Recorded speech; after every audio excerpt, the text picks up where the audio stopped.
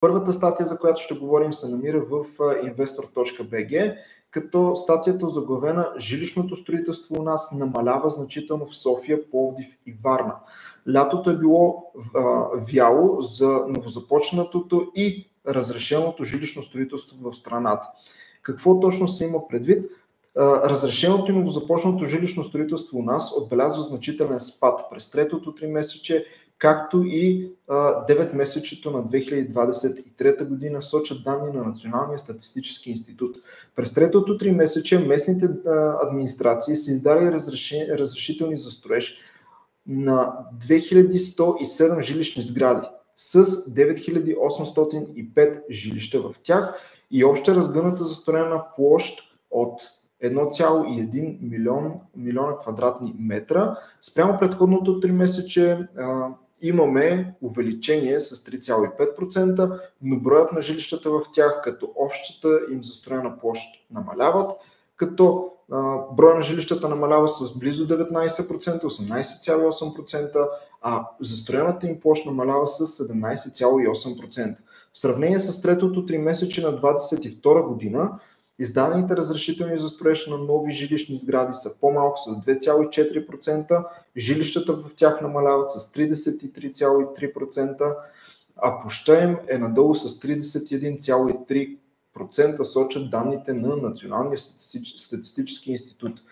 Как пък стоят данните за 9-месечието до тук, като разрешение за строеж са получили 30 502 жилищни сгради, което е спад с 19,7% спрямо същия период на миналата година, сочат изчисления на investor.bg на база на данните на националната статистика. Сега това, което бихме могли да кажа, да прочита и за София, тъй като има данни за Пловдив и за Варна, ако някой се интересува, може да влезе и да си ги разгледа. Аз конкретно ще спомена за тези в София. В София 4099 жилища са получили разрешение за строеж през лятото, като броят им намалява с 24,2% спрямо същия период на миналата година, а общата им площ се свива с 32,6 на 100. От началото на годината в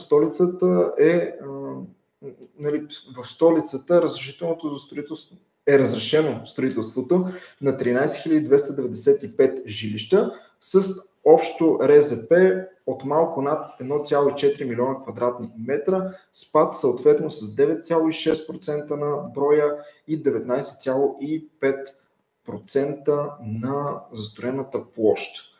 Сега тук има и тълкования, има също така и за офис и индустриално строителство. Честно казано, на мен ми беше интересно да видя какво става в жилищното строителство и предпочитам да си изкоментираме жилищното строителство. Това, което първото на мен ми изниква в главата, буквално когато става въпрос за ново строителство, трябва много да внимаваме какви данни взимаме. Най-малкото, защото срока за издаване на едно разрешение за строеж е доста различен в съответните общини. Сега, примерно, София, Пловдив и Варна, тъй като те са извадили данни за София, Пловдив и Варна, може да бъдат различни пазари буквално. Не мога да кажа за Пловдив и Варна какъв е срока за издаване на разрешение за строеж. В момента в София инвеститорите, ако получат разрешение за строеж в рамките на година, мисля, че даже се радват. От тази гледна точка. Друго, което и от тази гледна точка, ако получаваш разрешение за строеж в рамките на година, нормално е в някакъв момент да има някаква цикличност, лично според мен и от моите разсъждения. И това, че има лек спад от тази цикличност, не е проблем, защото буквално януари могат да излезат много разрешения за строеж, които са били подготвени да излезнат края на годината, но не са излезнали. А пък за това неизлизане на края на годината да не забравяме, че също си има причини. Сега не знам колко удачно да го казвам, но лично мое мнение и аз мисля в тази насока. Бяхме свидетели сега на местни избори, избирахме кметови общински съветници. До голяма степен администрацията зависи от тях. Колкото и да не ни харесва, колкото и да казваме, да, той има установени законови срокове, никой не може да го отлага и не знам си какво. До голяма степен за мен последните 6 до 12 месеца администрацията е била и до някъде се е съобразявала не само с издадените разрешения за строеж, се е съобразявала с това, което върши и е чакала в застой да се види кой ще управлява дадената община и даденото населено място. Когато става въпрос за София, това става въпрос кой ще разпределя дяловете и кой ще разпределя, както обичам да казвам, баницата. И до голяма степен заради това според мен също се е получило забавяне в издаването на разрешение за строеж. Разбира се, има и друго, което е, че голяма част от инвеститорите започнаха много проекти в София. Има данни на националната статистика за вече започнати сгради, така че препоръчвам да я видите. И там цифрите също не са никак малки. Миналата година е имало доста голям ръст на издадените разрешения за строеж, точно поради тази причина. Така че това са двете опорни точки, на които аз мисля, на които аз разсъждавам, тъй като тези данни лично за мен ми се струват доста окей.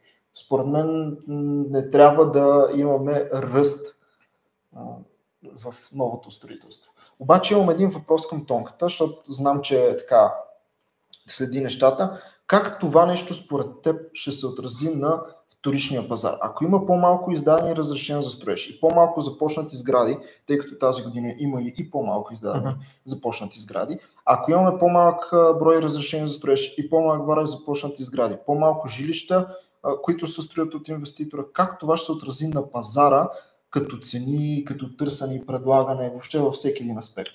Ами тук, да, благодаря за въпроса. Тук е много важно наистина в този момент какво е самото предлагане и количеството предлагане на пазара на подобно конкурентните имоти на тези, които биха били излезли. Така, ако мога да го кажа малко по-сложно, но то е така. И оттам нататък вече, ако няма толкова много предлагане, цените спокойно на вторичния пазар може да се дигнат. И това мисля, че го видяхме около 2021 или 2020, ще изложа кога беше, но имаше точно такова нещо. Новото строителство някак си не продаваха, нямаше предлагане, независимо, че се строеше, имаше някои хора задържаха заради очакванията да се повишават цените, той така и стана.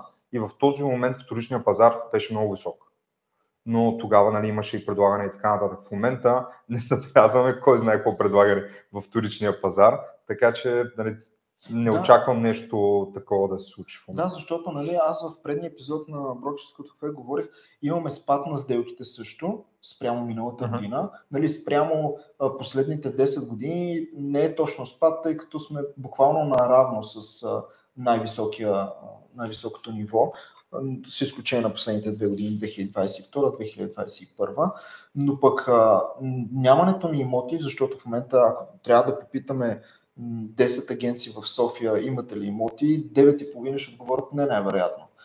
Говорим за качествени имоти, не за всякакви имоти. Съгласен. И когато пък инвеститорите ни изкарват нов продукт на пазара, това означава, че новото строителство, което е качествено, тепърва ще му се вдига цената. Просто защото хората, според мои лични наблюдения, вече избягват да купуват панелни жилища, къде заради лоши общи части, къде защото търсят някакво качество на живот. Да, за бъдеще.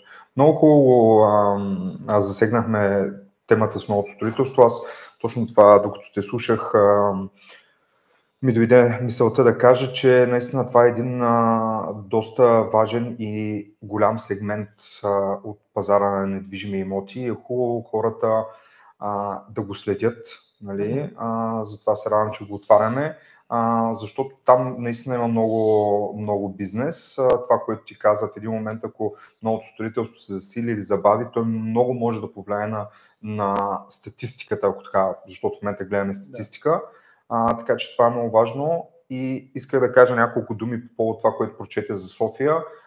Нещата, които ти каза, съм напълно съгласен. Другите важни неща е също хората да влезнат малко в детайли, където си живеят, но тук за София това, което виждаме е, че реално има разрешенията за строеж не са намаляли чак толкова, но самото РЗП и брой жилища са понамаляли. Това според мен също идва доста от новия квартал, който се застроява Малинова долина и там, за съжаление или не, височината на строителство е сравнително ниска. Тя е между 4 и 6 етажа с някакви изключения. В другите райони чак толкова не се строи. В момента със сигурност Манастирски ливади изток ще помогне тази статистика да се промени, защото там пък много повече по-високи сгради може да се строят. Но тук също е нещо отварям така хората да се замислят, че наистина за всичко си има обяснение.